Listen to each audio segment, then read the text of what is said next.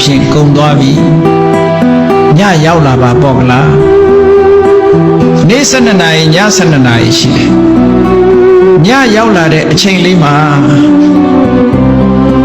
ငါမှသေစရာအကြောင်းတရားတွေအများကြီးရှိနေပါလားငါသေနိုင်တဲ့အကြောင်းတရားတွေအများကြီးရှိနေပါလား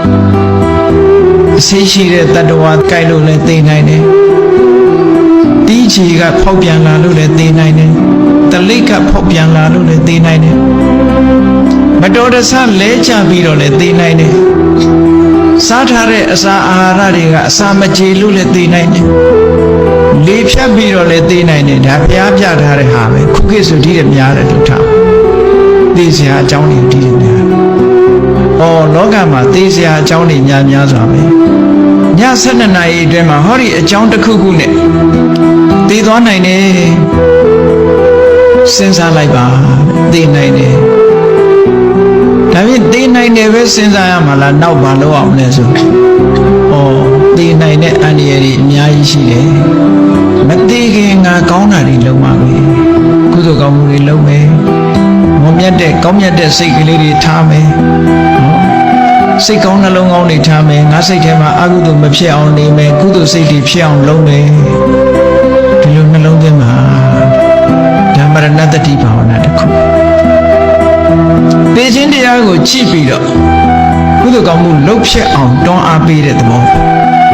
မမေ့ဘူးသို့မဟုတ်လို့ရှိရင်ညမှာဆိုလဲ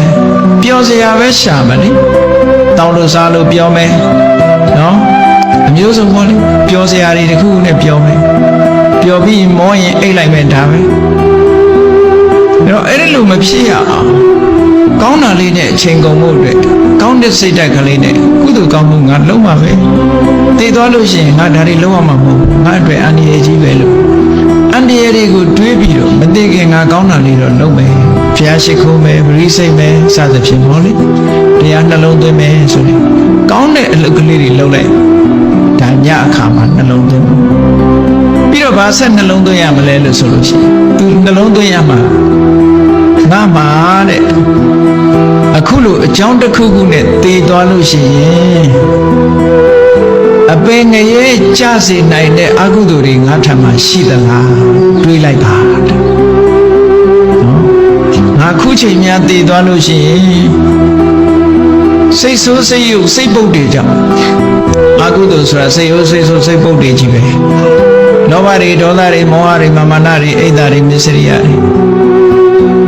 အဲ့ဒီဆိုးညစ်တဲ့သဘာဝတရားတွေအကုသိုလ်တရားတွေငါတဏ္ဍာမှာရှိနေသလား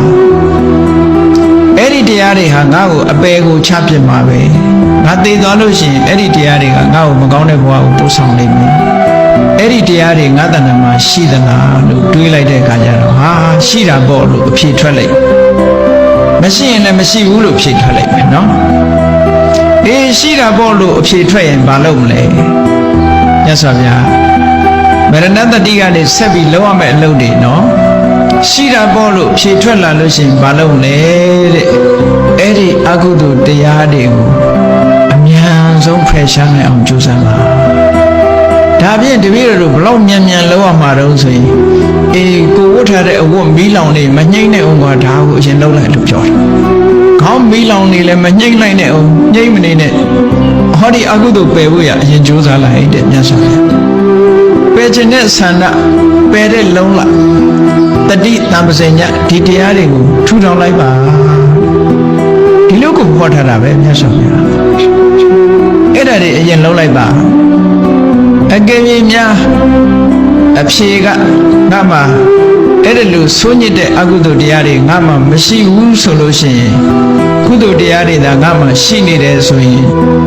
ဒါလေးနဲ့ပဲရှင်းတတ်တဲ့စိတ်ကလေးနဲ့တညတာကုန်လွန်စေပါတဲ့ဟော